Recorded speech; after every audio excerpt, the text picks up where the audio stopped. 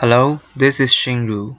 In this video, we are going to take a look at different testing methodologies widely used in different companies for different projects. So let's first look into the most traditional approach, which is Waterfall. Waterfall testing has been usually being used in projects that which requirements was specifically confined, and the most important thing in Waterfall is you move to next phase only the previous phase completed. So if the previous phase was not completed, you will never move to the next phase. That's a very important thing in Waterfall, and that's why it's different with other testing approaches, for example like Agile. So in Waterfall there are usually 7 steps. So we have to follow 7 steps, and you never go to the next step if the previous step was not completed. So first step, gather and document requirements. So first you need to gather requirements from the customers, and the second step is design. You will have to design your testing cases. You will have to design your test plan, and after design, what you will do is you will also have to design your software. And after design, what you need to do is code and do a unit test. So while you're coding, you can also do the unit test to test each function that you write is correct. And after you finish coding and unit testing, then you will go to the next phase, which is perform system testing, because you have finished a beta version of your software already. So you will need to perform system testing. And while you are performing system testing, after you finish this, you will go to next phase, which is perform user acceptance test. This is a very common concept of testing. So it's UAT. UAT, user acceptance test, was to make sure the software will be accepted by the user. So usually we will find some users and let them test the software and see and ask for their opinions. So after user acceptance test, we will go to then we will fix any issue we have, and then we will deliver the finished product after we fix the issue. So you can see this is like a linear approach. You always finish the previous phase, then you go to the next phase. So this is Waterfall, and this is the most this is the traditional approach before Agile. So the benefits of Waterfall is that the developers and customers can agree on what will be delivered at the early stage. So they will come to an understanding of what will be delivered, and they will have a specific plan. And secondly, the progress will be easily measured because there's a specific plan. And thirdly, the customer presence is not required in the process, because what customer needs to do was to specify what requirements of the software, and then we will make a plan and we will follow the plan. So we don't need customer to test the software before the software was completed. So customer presence is not required in Waterfall. And multiple software components can be designed simultaneously.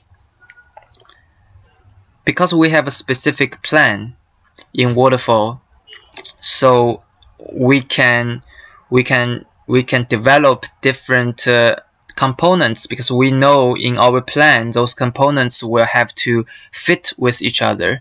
Therefore, multiple components, we can design them simultaneously. And the last point is we will be able to understand all software deliverables because we have a specific plan. So all 5 points is related to, in Waterfall, we will have a specific plan at early stage and we will know what was expected by the customer. So this is the benefits, and all those benefits comes from the early agreement of the requirements. But Waterfall has some issues. That's why we have Agile. So the issues of Waterfall is that the effectiveness of the requirements, maybe after you finish the product, customer will say he or she doesn't like the product, doesn't like the software. Maybe they change their mind about some small features in the product,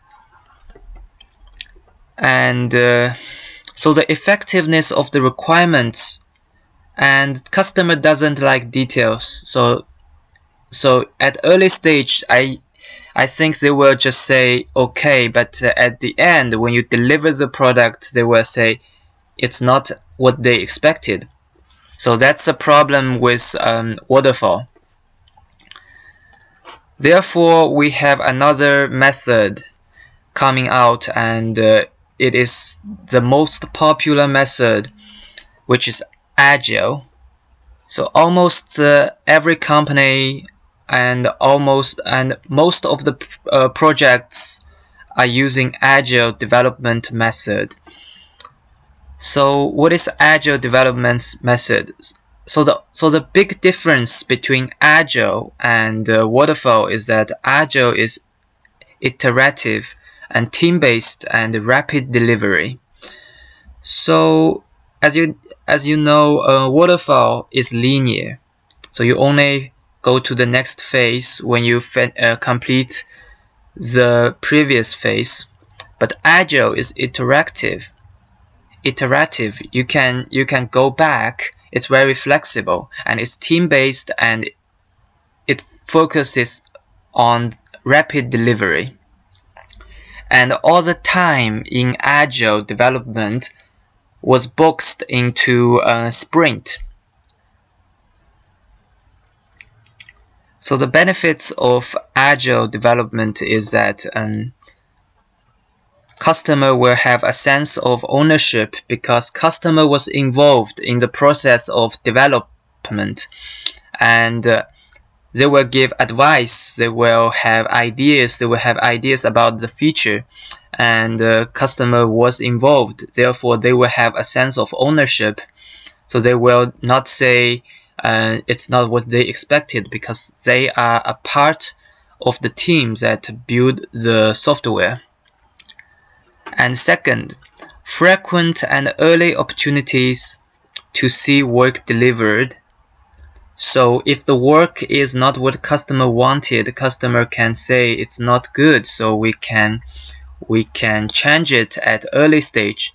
It will be much easier than change it at the end.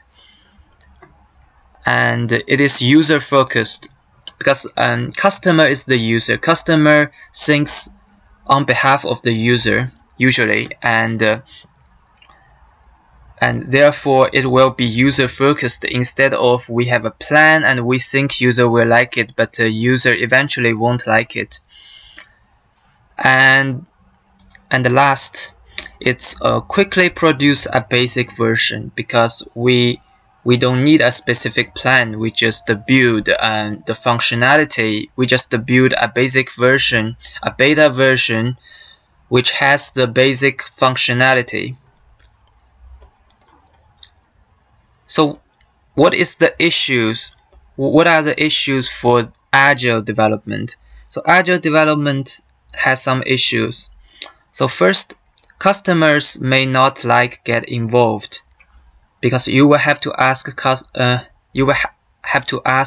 for advice from the customer, and they may not like to always answer your questions, and they may not like to get involved. They may want you to make decisions and finish the work. So that's the problem. And the second one is additional features and additional sprints needed, because customer in the process of development, customer will always think about new features, or they will have new ideas about a feature.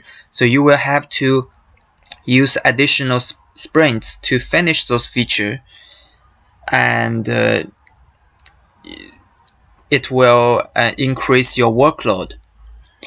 So the third point is the work relationship was too close between customers, developers, and testers. So they will need a close work relationship, and so they will need a physical location. They will be in the same physical location. But there are a lot of tools that can help with this, but it's not convenient. So it requires a very close work relationship. That's a problem. So the last point is that the software will be refactored frequently, because customer will have advice, and we will have to change the software frequently, and that will also increase our workload. Okay, so now let's look into a less popular method, which is Remodel. Most people know Agile and Waterfall, but they don't know Remodel, because I don't think we use Remodel a lot these days. But Remodel is an extension of Waterfall, and the biggest difference between Remodel and Waterfall is Remodel associated developers and testers. So how is developers and testers associated together in Remodel? It is because Remodel is emphasizing on two phases. So first phase is verification, and second one is validation. So in Remodel we have 5 verification and 5 validation phases, and developers, testers don't interact much with the end user, because Remodel also like Waterfall, it has a specific plan, and the developers and testers are independent, because in Remodel it's very clear we associate the testing process with the development process. So when we enter a new development phase, we will always in the same time we will make the testing plans. And the Remodel is not iterative or incremental. It's kind of linear like a Waterfall, but it's simultaneously. So the testing process and development process, they are simultaneously. So okay, so let's look into the question here. So test test plan will be written at the same time with the development phase. So that's what I mentioned. So the biggest difference between Remodel and Waterfall.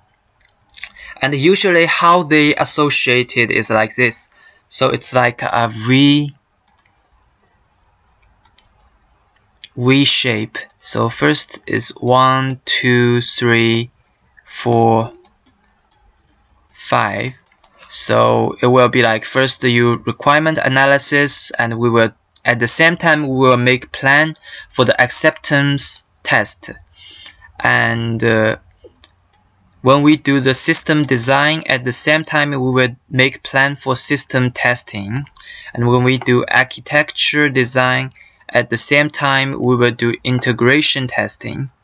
And when we do module design, at the same time we will do unit testing, and then we will do coding.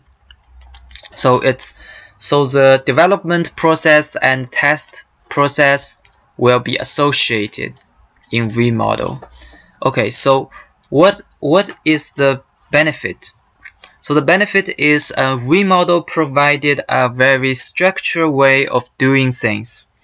So it works very well with small project requirements when the requirements is specified. So for example, if you have like a small project that you don't need to you don't need to build too many features, and the users it will be difficult for users to get picky and demand new features, and all the requirements you know the requirement very well, and then you can use Remodel. And time spent early on the cycle can reduce later costs. That's the benefit of the Remodel, because we will spend a lot of time at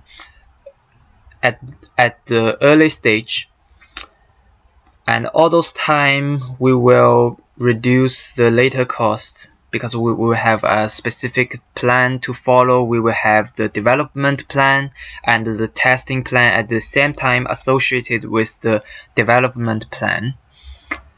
And the last point is it emphasizing planning on verification and validation on early stage. Okay, so what are the issues of Remodel?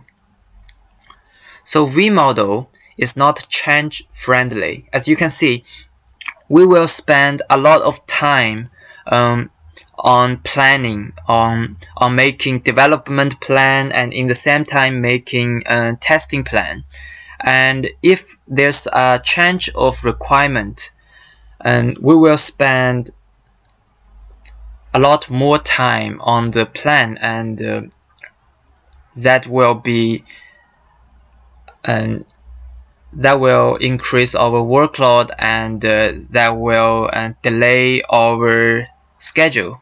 So therefore, Remodel is not change friendly. And Remodel is poor resource allocation. So this is when you are using Remodel, you spend a lot of resource and making plans, but you don't really execute those plans, because you will have a deadline, and if you spend a big portion of the time to make plans, there will be less portion for you to do the actual thing to execute the plan. So no matter how good your plan is, it will so the quality of your testing and the quality of your software and the effectiveness of your testing process and the quality assurance will decrease.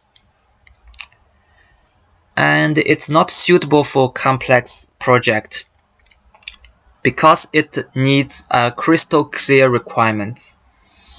So as you can see, because it's not change friendly, so we would prefer customers don't have a change of the requirements, because that will cause problem in Remodel. And the fourth one is no fast delivery. So that's completely on the contrary of Agile development. So Agile is very flexible. It's very fast delivered, and it's also team-based. But Remodel, you spend a lot of time making plans, so it's not fast delivery. You need a crystal clear requirements. And the last one is it's difficult to foresee difficulties at early stage, especially when it comes to complex projects. So those points, they are all related. So as you can see, when you are writing the code, and sometimes at early stage you cannot see everything. You cannot see all the obstacles that you will face in the future. So when you want to apply Remodel, you will need a small project, and you will need crystal clear requirements. So basically, those are three popular development methodologies, and usually will be asked in the interview, and it is very useful to have knowledge of each methodology and know the advantage and disadvantage of those methodologies.